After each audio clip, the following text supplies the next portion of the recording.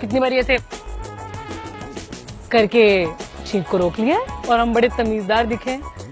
पर अगर आपने ऐसा किया है और आप आज भी जिंदा हैं, तो मैं कहना चाहूंगी कि आप भाग्यवान हैं, क्योंकि ऐसा करना आपके लिए कितना खतरनाक हो सकता है कि आप खुद भी नहीं जानते होंगे। आओ बताती हूँ। छींक आने पर आपके शरीर के अंदर की हवा की रफ्तार पता है कितनी होती है? 100 मील प्रति घंटा, और कई बार इससे भी ज्यादा होती है। अब सोचिए कि इतनी तेज रफ्तार को आप रोकने की कोशिश करके कितनी भारी गलती करते हैं। सर्दी खांसी होना बहुत आम चीज है।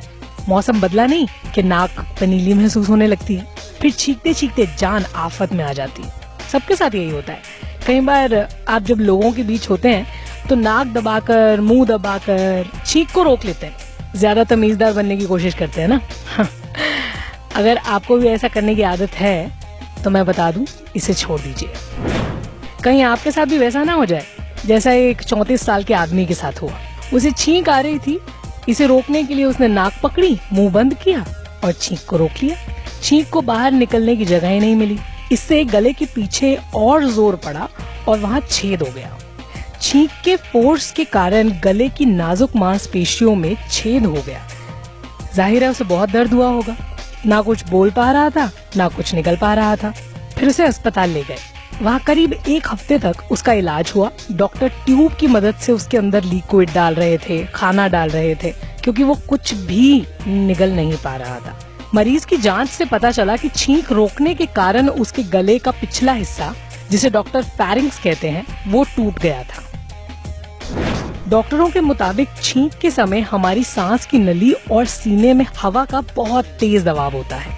फिर जब कोई नाक और मुंह बंद करके छींक रोकने की कोशिश करता है तो एकाएक प्रेशर और ज्यादा बढ़ जाता है।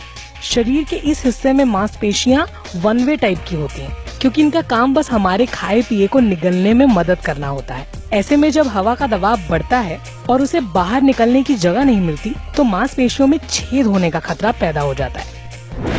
तो नाक के छेद को ढककर और मुंह बंद कर छींक रोकने की कोशिश नहीं करनी चाहिए। इससे बहुत गंभीर दिक्कतें हो सकती हैं, जैसे कि मैंने आपको बता दिया। फेफड़ों के पास की जगह में हवा फंस सकती है, यहाँ तक कि दिमाग में खून ले जाने वाली नसें भी फट सकती हैं। डरना मना है, पर समझना बेहद